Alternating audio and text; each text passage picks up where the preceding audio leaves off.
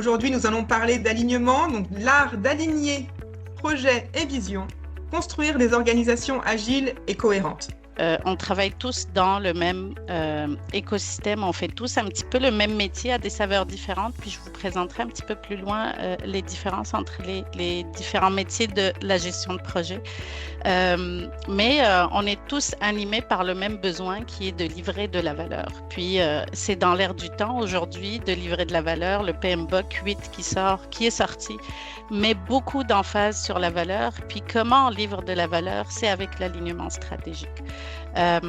Toute valeur que projet va livrer va être rattachée à un moment donné à la stratégie de l'organisation. Puis les organisations les plus matures sont celles qui sont capables de faire ce lien-là entre leur stratégie, leur vision et leur projet, qui sont le bras armé quelque part de l'atteinte des objectifs stratégiques. Alors pour faire ça, comment on fait? C'est principalement le rôle du portefeuille. Puis là, Sébastien, tu peux passer à la slide 6 si tu veux directement. C'est vraiment le rôle du portefeuille de s'assurer que les projets qu'une organisation fait vont venir livrer sa stratégie. Oui, dans la réalité, il y a des projets qui ne seront pas automatiquement reliés à la stratégie parce que c'est des projets tactiques ou de conformité ou autres, mais globalement, le portefeuille, son rôle, c'est de livrer la stratégie. Comment on fait pour livrer la stratégie? C'est ce qu'on va vous montrer aujourd'hui dans le webinaire. On va vous faire un petit aperçu parce que c'est un sujet assez complexe. Donc, on va essayer de prendre les éléments les plus cruciaux pour arriver à livrer la stratégie et faire le lien entre nos projets et l'alignement stratégique. Donc, c'est ça. Je te passe la parole pour la suite. On voulait quand même, merci Anna, on voulait juste revenir un petit peu sur les définitions du portefeuille, programme et projet, parce que c'est pas toujours évident de savoir un petit peu de quoi on parle quand on introduit la notion de portefeuille et programme souvent. Le portefeuille, ça va vraiment être cet ensemble de projets ou de programmes, et puis on le voit un petit peu sur le schéma là, visuellement. Le portefeuille va englober finalement des groupes, des travaux qui vont permettre en fait de pouvoir aller vers l'atteinte des objectifs stratégiques qui sont attendus. Donc, l'ensemble des projets et l'ensemble des programmes vont pouvoir combiner tous ensemble, réaliser finalement les objectifs stratégiques et atteindre la valeur, comme on le disait, attendue. Le programme, lui, ça va être un ensemble de projets finalement qui va être tous regroupés sous une même bannière, sous une même identité, parce que finalement, c'est beaucoup trop gros pour être laissé en tant que tel sur un projet. Et à ce moment-là, on va avoir vraiment plusieurs gestionnaires de projet. On va avoir plusieurs PCO contrôleurs de projet, et on aura un PCO programme pour coordonner l'ensemble. On va avoir des bénéfices communs avec l'objectif d'atteindre, c'est quoi l'objectif stratégique du programme finalement. On va avoir des interdépendances entre les projets qui au sein du programme avancent, ils sont interreliés. On a vraiment ce besoin de pouvoir collaborer, communiquer ensemble finalement. Donc ça va vraiment être des travaux connexes qui vont permettre de réaliser un gros œuvre. Quand on passe au projet, ça finalement, ça va être de voir un petit peu, on a une date de début, on a une date de fin, on a un budget qui va être assez fixe, en espérant qu'il n'y ait pas trop de changements parce qu'on sait comment ça se passe finalement, nos projets, et de pouvoir livrer un produit, livrer un service avec un résultat unique finalement, comme le définit le PMBOK. Les 3 définitions viennent du PMBOK. L'idée, c'est de bien comprendre et de bien dissocier la notion de portefeuille, comment notre portefeuille inclut nos programmes et nos projets, et comment, à travers ce que Anna vient d'expliquer avec la vision qui découle jusqu'au projet, comment les 3 finalement jouent un rôle central et capital dans la livraison de la valeur qui va être attendue au final. Alors, Anna, concrètement, quelle est la différence entre les 3? Moi, ce que je dis, puis c'est mon avis personnel que je vous ai mis sur cette page-là, c'est qu'on joue tous un petit peu le même rôle, mais à différentes saveurs. Okay? On a tous le même objectif de livrer la valeur qu'on veut. C'est juste que si vous voyez le tableau, on gère tous des interdépendances, on gère tous des parties prenantes, on gère tous de la capacité, on fait tous de l'exécution, mais à des niveaux différents. Plus on va vers la droite, plus on va être en focus, plus détaillé, plus de coordination de livrables, plus dans le détail, je vous dirais. Plus on va à gauche, plus ça va être politique, plus ça va être vu d'ensemble, plus ça va être... maintenant, comment on fait pour passer de la stratégie concrètement, là? Comment on fait pour passer de la stratégie au projet? C'est ce que... Seb, je te laisse continuer. Ouais. En fait, effectivement, pour pouvoir aller vers cet alignement, avoir des meilleurs résultats, on doit finalement traduire notre stratégie d'une manière ou d'une autre. Et on a 4 étapes qui sont définies. Un processus qui va vous permettre finalement, à travers le bureau de portefeuille, de pouvoir dire « Ok, on est capable d'avoir la vision, on est capable de choisir et de sélectionner nos projets grâce à quoi ?» Premièrement, ça va être de définir quels sont les objectifs stratégiques. Évidemment, il y a la vision, il y a les objectifs stratégiques de l'entreprise. Comme Anna le disait tout à l'heure avec notre petite pyramide, ça découpe en missions et après, chaque département va avoir ses propres objectifs stratégiques au regard des objectifs stratégiques de l'entreprise finalement. Ces objectifs stratégiques, n'oubliez pas, ils vont être aussi définis selon la méthode SMART, c'est-à-dire qu'on veut quand même des indicateurs, les KPI, des indicateurs clés de performance. Et on peut venir aussi utiliser la méthode des OKR, les Objective Key Results, qui eux vont permettre finalement d'avoir des objectifs à moyen court terme sur des périodes de 3 mois en général et de pouvoir valider tous les 3 mois est-ce qu'on a atteint nos objectifs, sachant qu'on va en définir un certain nombre pour ne pas en avoir une quantité industrielle et ne pas pouvoir être réaliste et ne pas les atteindre. Et ainsi, tous les 3 mois, on est capable d'être flexible et de se réajuster parce qu'il y a aussi cette question d'adaptabilité puis cette question de flexibilité qu'on va pouvoir se rendre compte au fur et à mesure. Nos objectifs stratégiques ayant été définis, au niveau de notre portefeuille, on va pouvoir venir les traduire en termes de critères de sélection. Les critères de sélection, eux, finalement, ils vont venir représenter c'est quoi les grands axes qui ont été définis pour le portefeuille, c'est quoi les grands axes qui ont été définis pour la vision sur l'année, sur le plan 5 ans à venir. Et grâce à ces axes-là, alors ici, on vous donne quelques exemples, la croissance, l'innovation, l'optimisation, la durabilité, la gestion des risques. Pour chacun de ces axes, on va être capable de venir choisir des critères qui ont une importance pour l'entreprise dans le choix finalement des projets, dans la priorisation des projets qui va venir se faire à la suite. Grâce à ces critères de sélection, comme je disais, on va pouvoir finalement classifier nos projets, on va pouvoir attribuer des points pour voir un petit peu finalement est-ce qu'ils répondent aux critères ou non et dans quelle mesure. Encore une fois, dans l'objectif de respecter nos objectifs stratégiques, ce qui va venir nous permettre à la fin finalement du travail de sélection sur chacun et même de critères de sélection sur chacun de nos projets, de venir les prioriser.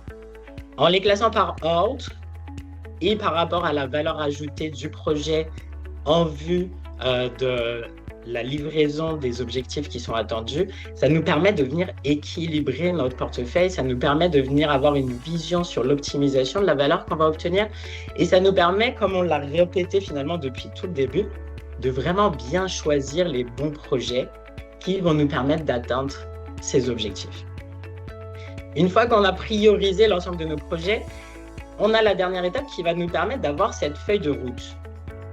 En gestion de projet pour un projet classique, on va parler de notre diagramme de Gantt. On va aller dans MS Project, puis on va rentrer toutes nos activités de notre structure de découpage de projet, notre SDP ou notre WBS, puis on va vraiment avoir date de début, date de fin, qui travaille où, le budget, ainsi de suite. Et là, on a un beau diagramme. On va avoir la même chose, mais en feuille de route organisationnelle, c'est-à-dire que ça va être à l'échelle du portefeuille. À l'échelle du portefeuille, on va avoir cette représentation graphique de qu'est-ce qu'on s'attend à avoir au cours de l'année.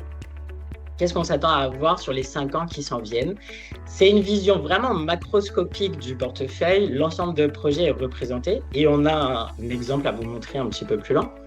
Et à ce moment-là, on va être capable de venir voir les bénéfices qui sont réalisés. On va pouvoir venir voir peut-être la gestion des risques aussi qui se fait peut-être entre certains projets, programmes, les interdépendances qui ont été choisis pour pouvoir être réalisés dans cette année, avec cette intention derrière de vraiment valider qu'ils répondent aux objectifs stratégiques et que ça va venir apporter de la valeur à la vision de l'organisation. Donc, on est comme dans un processus interne, on met en place une structure finalement dans laquelle on va pouvoir venir choisir, sélectionner les projets qui vont avoir été, qui répondent au plus grand, au maximum de critères qu'on va avoir définis. Et après ça, ça va venir nous permettre de pouvoir équilibrer finalement la feuille de route qu'on va voir après et venir valider que pour l'année, on est capable de livrer selon les budgets, la capacité, la gestion des risques. On est capable de prendre en compte tout ce qui s'en vient avec cette sélection et cette priorisation des projets et des programmes. Et je vais laisser Anan pouvoir vous définir un petit peu les différentes méthodes. Puis je vais passer très vite sur ça parce que c'est vraiment spécifique, mais pour prioriser, il y a plusieurs méthodes, dont l'utilisation de grilles multicritères, le scorecard, de tout ça. Mais ce qui est important dans la prio, c'est qu'elle doit être adaptée à votre contexte d'organisation.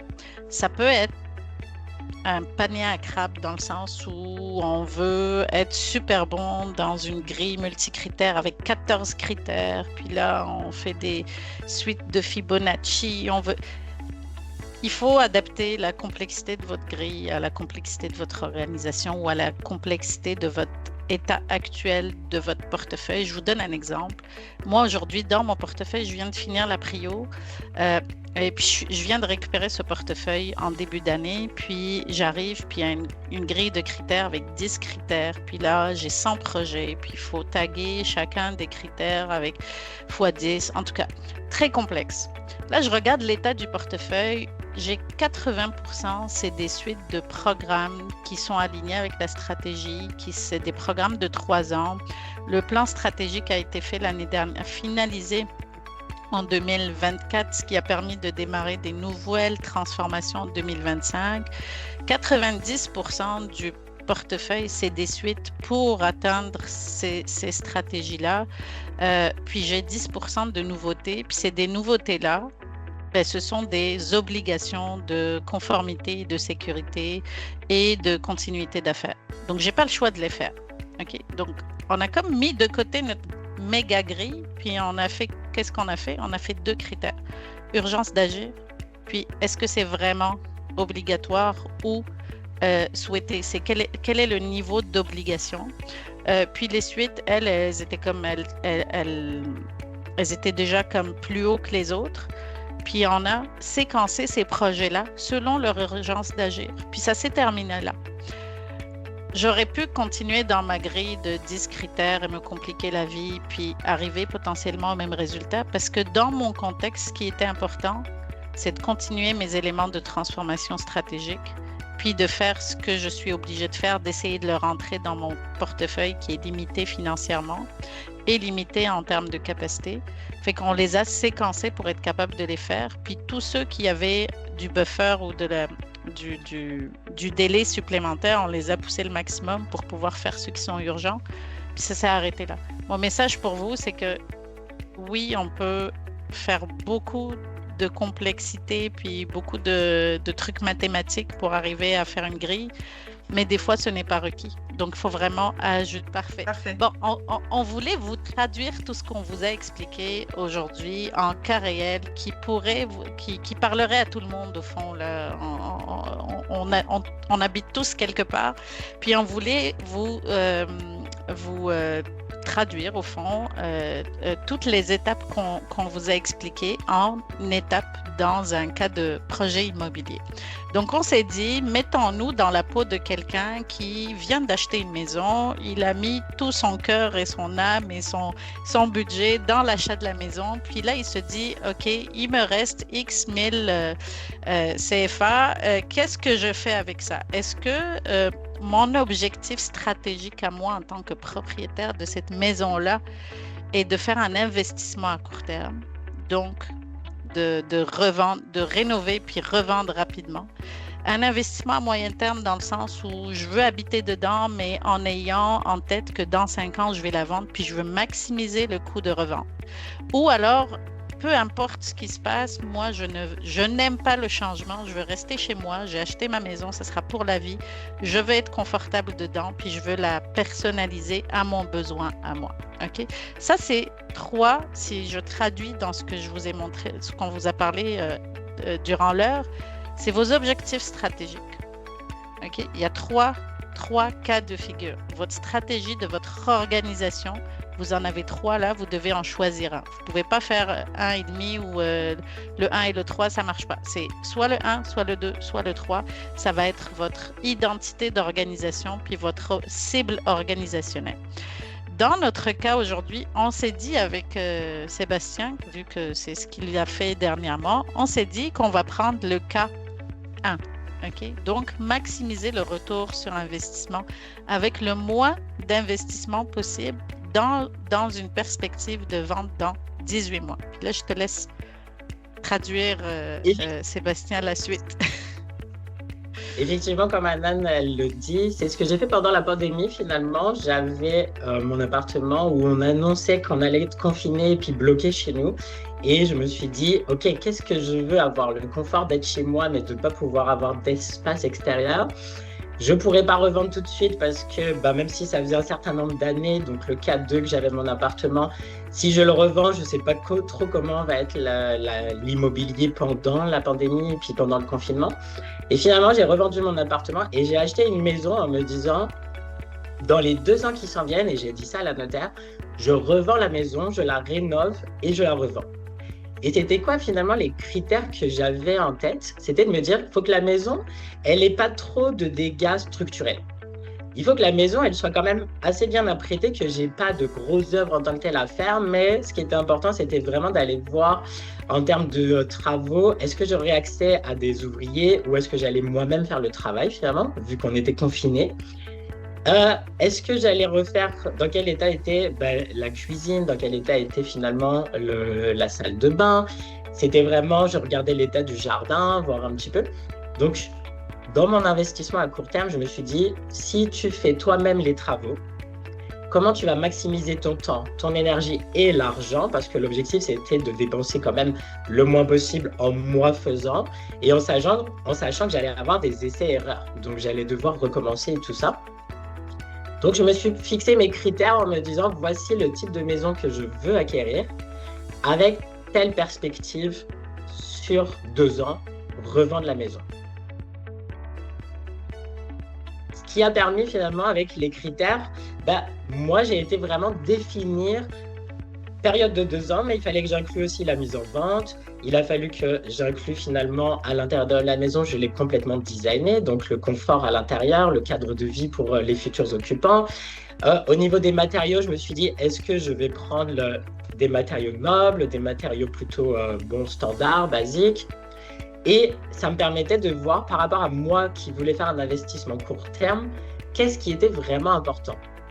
Versus si je restais comme dans mon appartement à moyen terme, qu'est-ce qui était important? C'était plus le confort que là, le retour sur l'investissement. Donc, j'ai commencé finalement à définir en termes de mes critères, c'était quoi aussi la valeur que j'associais à chacun de ces critères pour dire, pour moi, c'est ça qui est important aujourd'hui, vu que mon objectif d'achat, c'est de revente sur un court terme. Donc, après, j'ai un petit peu mixé, je ne vous le cacherai pas. Quand vous cartographiez, je laisse Anan continuer avec ça. Oui, si tu peux juste revenir, je voulais compléter sur un élément. Puis Ouais. vous voyez quand on vous a mis dans le tableau les 3 cas de figure. Donc, selon votre orientation stratégique, vos objectifs stratégiques, même si on a les mêmes critères dans les lignes, les pondérations de chacun des critères vont être différentes selon si vous êtes dans le cadre de l'investissement à court terme ou le moyen ou à l'usage personnel. Le retour sur investissement, il est très important dans notre cas de figure là parce que Sébastien voulait revendre. Il l'est moins dans l'investissement à moyen terme et il n'a aucune importance pour l'usage personnel. Donc, puis c'est valable pour chacun des critères. Puis dans une entreprise, c'est exactement la même chose. Puis pour définir pour dire que, mettons, le retour sur investissement est très important, on a besoin de l'architecture d'affaires. Puis on avait eu une question sur l'analyse d'affaires. C'est à peu près le même métier, sauf que l'architecture d'affaires, elle vient en amont des projets, elle va être plus globale, ça va être une feuille de route organisationnelle, alors que l'analyse d'affaires va aller chercher les besoins d'un projet en particulier pour livrer un objectif en particulier. Donc, si tu vas à la page suivante, pour faire les critères, au fond, il faut qu'on détermine c'est quoi qui est important pour nous. Donc, dans notre cas, c'est la valeur de revente qui est vraiment importante. Donc, moi, en tant qu'architecte d'affaires, équipe d'architecture, je vais cartographier mes capacités d'affaires. C'est comme ça que ça s'appelle en architecture d'affaires.